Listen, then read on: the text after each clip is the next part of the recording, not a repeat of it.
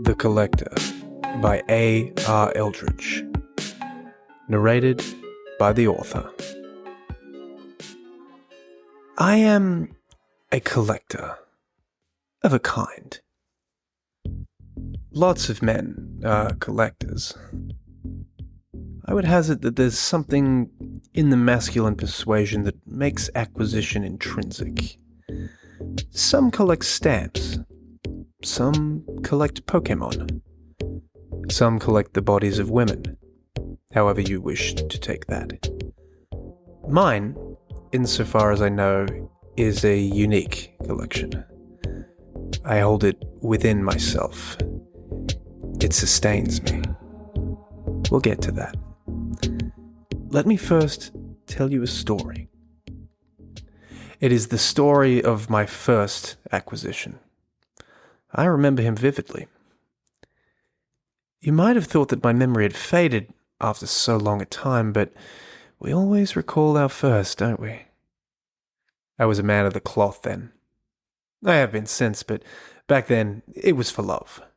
My compunction was snow pure and burned with righteous fervor, zealous. So was he. That's why he came unto me. Half broken, his spirit bloodied and dirty. You could see it in how he walked. He sagged in, with his great white cape draped around him. His mail clanked as he shuffled into the cathedral. I was readying myself to give a sermon. It was still hours yet, and I was preparing the Eucharist, my vestments laid out, pressed and ready. It was to be a fire and brimstone speech. That was my stock in trade, you see, what my flock expected of me. They almost seemed to enjoy my verbal flagellations, my tongue whip-sharp, lacerating them for their foolish pride, their stubborn sloth, and their weak, pathetic lust. Their eyes would widen in fear and awe as I castigated them for their sins. I had time for all of them, but not without contempt. As he came to me, he cried out in such a voice I've never heard before or since. There was pain in it, so much pain, but it was not the pain of the wronged. It was the pain of the aggressor. The pain of the bull who, having charged the muleta and gored the prancing toreador, will eventually calm and become resigned and sorrowful. I could see it in his eyes. They were filmy. The irises somehow splintered like a cracked pond late in the season. He requested my pardon. This was a time before confession booths. I told him, "Kneel, my son, and tell me of your sins." He had killed. Fighting men and infidels, yes, but the innocent too. He had disarmed men, and having beaten them, smashed their heads to bloodied pulps in the mud of battle. He had raped women, and then cavorted about in their blood. He had taken children and enslaved them, tortured them, for a bet, to make an example, for pleasure's sake itself. He told me it was different in war, that they had been granted implicit absolution of any wrongdoing, and that much was true of the ideology of the day. All knew that it was merely a means to an end, though. What we might now call a backwards rationalization. He had been at the Horns and at Crescent. He had put a sword through an Ayubid's eye. Right through, he said hoarsely. I saw it come out of his neck with the whiteness. The implied absolution, he evidently felt, was no good. Just something their commanders had told them. It was piss-weak beer, and he needed spirits. He needed to hear it from a priest. He needed me to make it right with God. As though I was some negotiator, shuttling missives back and forth across the ether. I witnessed him standing there, and in that precise moment, I first felt it. I had known the light of the divine since boyhood. I had walked with God in my heart, and had not then known the touch of a woman. His presence had been a gentle one, warming, a guiding light. What I felt emanating from this soldier was its precise inversion.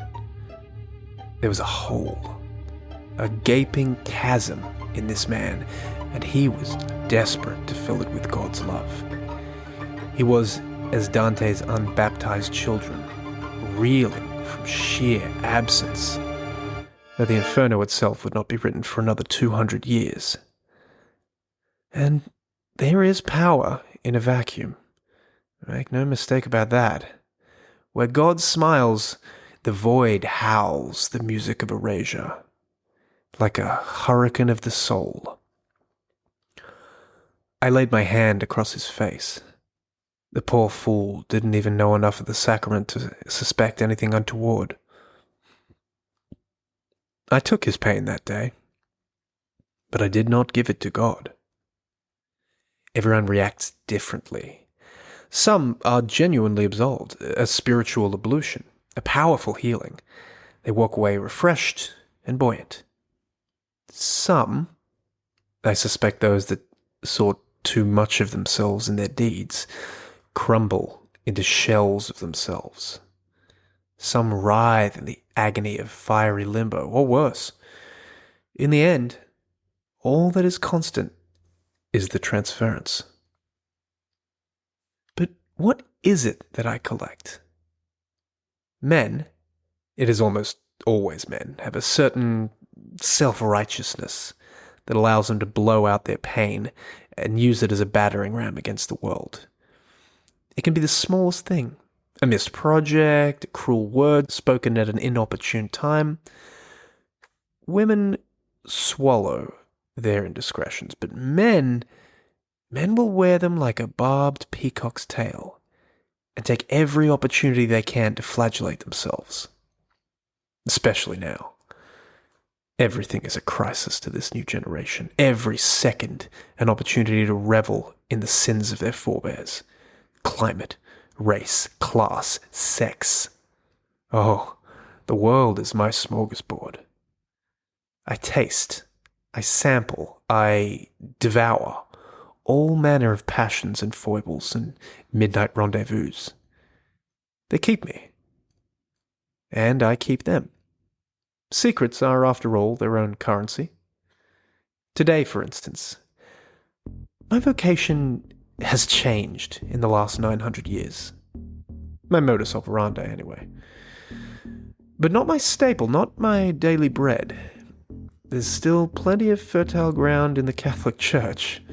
Plenty of grist for that particular mill, believe you me. But I have more elegant solutions now. That is why I am sitting in the Hyatt with a small, pinkish man in his mid-40s. He's wearing a dark suit and sweating a great deal. His name is not important. What is important is that he's a high-ranking Republican who's been in the closet since the age of 14. He has an 8.5 beard of a wife and is running a very traditional family-first abortion is murder Christian values campaign for the gubernatorial race in Georgia. He's knocked back multiple welfare bills for the poor and disenfranchised to, in a deliberately murky and roundabout way, throw up a series of stucco apartments built by his cronies. Personally, I suspect I won't get much juice from that. Still, the man is a walking turkey dinner. His little sandy-haired twink of a secretary sits in an opposing chair, big blue eyes and full lips. I don't even need to ask if they're fucking. I am what's known in political spheres as a blacklighter. Think of the role as the center of a Venn diagram between a lawyer, a priest, and a shamus. Pre-damage control at the most microscopic level, leveled in advance against any potential political flashpoint. I need to know everything that could be used against this man. Every rendezvous with a glory hole in a Kansas truck stop, every greasy dollar slipped into his back pocket from Shell or Exxon, every hypocritical slip this shitheel has ever made. I need to pore over every brick he's laid in his own personal road to hell and make sure it's scrubbed clean and sanitized. Or at least, that it can be turned over. Within 10 minutes of grilling, he looks like he's spent days in a sauna. There are suitcases underneath his eyes. The armpits of his tailored suit have become swamps. He's reeling a little, blinking slowly. "Is that all?" I ask. "Yeah," he says. "No, wait. I sucked off a priest when I was 13. That's about it." I nod. I have never judged men for their sexual indiscretions, even if they themselves do. "Kneel," I say.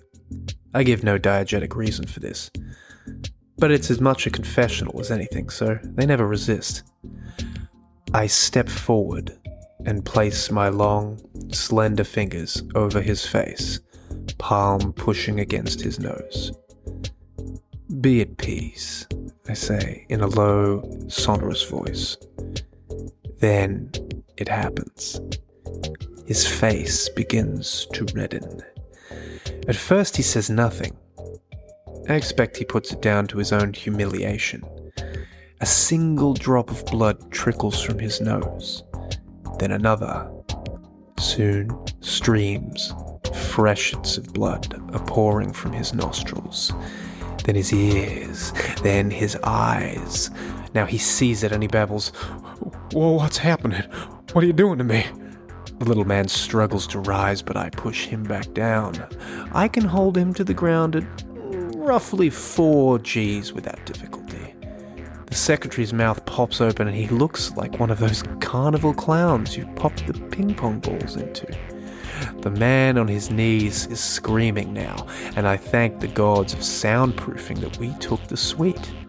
Soon, his face is covered in its own gore, the rivulets of red ichor turning his face into a twisted demon from the very bowels of the bad place. He is no longer forming coherent sentences, merely babbling fishy plosives and grunts. In kindness, I crush his skull between my fingers. The chips of bone and white viscera spread between them like wet render. I drop him, and the body crumples to the ground.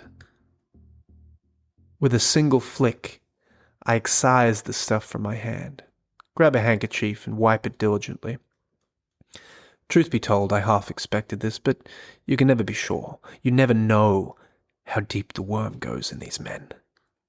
The secretary is frozen in place, his mouth still open. I gently close it for him.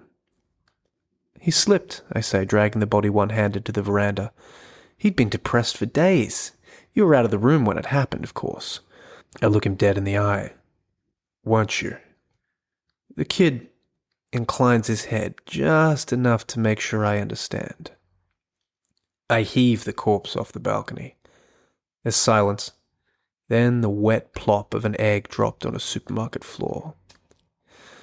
"You need to improve your taste in men," I say to the secretary. Then I exit the room. In a second, I have taken on a different form. I am now a woman in a black dress, high cheekbones, a hint of a sneer at the corners of my mouth as I enter the elevator. You see, it's guilt. The elixir of life is man's own sniveling folly.